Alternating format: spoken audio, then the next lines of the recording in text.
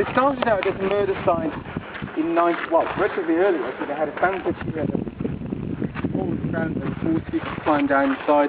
They'd shoot them and then take the bodies out. Eventually the sandpit was excavated into very trench. That's what you had down there. On the left, there was actually the gallows people were normally the top two bottom stand over there on the right, and the walls would catch any stray bullets. And afterwards, anyone who died here would be brought into an underground mortuary. You can see the double wooden doors over there on the right hand side. This is where the bodies were brought. In 1941, it brought more than 10,000 Russian prisoners of war to Sachsenhausen. Shortly after the attack on the Soviet Union in the middle of 1941, I believe in September, they brought these large numbers of prisoners here in order to literally use them, in order to come up with a way of murder that would be more effective than this. And they had over here, where you have this white structure, a wooden garage, just a shack. And they used that, and over a couple of weeks murdered those 10,000 Russian prisoners of war to come up with a method that they thought was effective. And after they had come up with something that they considered to be efficient enough, they tore down the wooden building and replaced it with a stone building. The stone building was then officially called the Station Z. The reason is relatively simple. It again has to do something with SS logic. The prisoners are entering the camp through Tower A, and the only way to leave the camp will be through the chimneys of Station Z and the last bit of the outfit for the last place that the prisoners would sit, something along those lines. Generally, if a prisoner died in Sachsenhausen, well, initially, the bodies were actually either brought to Berlin to be burned in the crematorium there, or actually from the cemetery here in Rheinville, on occasions even given back to the family, at least in the earlier years. But the SS soon encountered a problem, and that was transporting the bodies. At one point, this truck that was carrying a load of bodies to Berlin to be burned in the regular crematorium there, well, it got into an accident, and back cracked open, and people could see what load it was carrying. And the SS didn't want that. People knew that there was a concentration camp here. There was actually a sign on the street saying there was a concentration camp there, but of course, officially, these were re-educational facilities.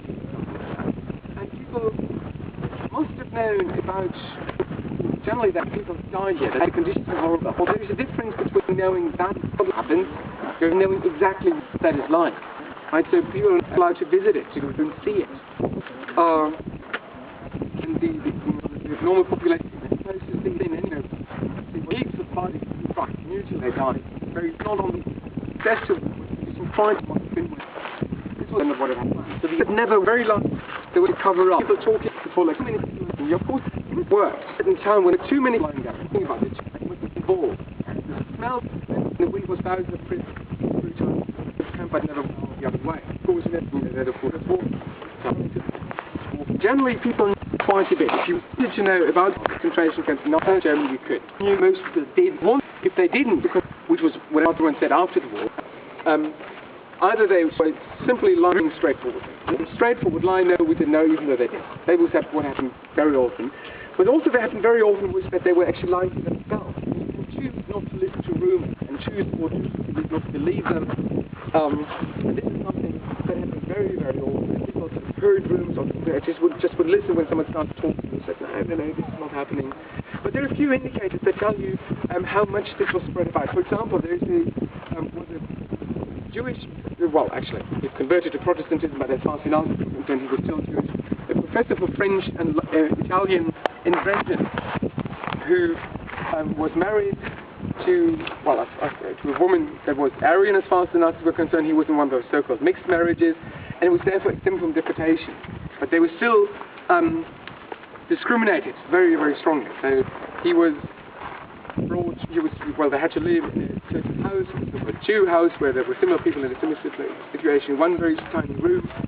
They were not allowed to receive mail, not allowed to talk to anyone outside, they were not allowed to read books or anything like that, not allowed to own radios. And still, this person, sort of with a very limited contact to the outside world, managed to get news about Auschwitz. And he knew the name, and he knew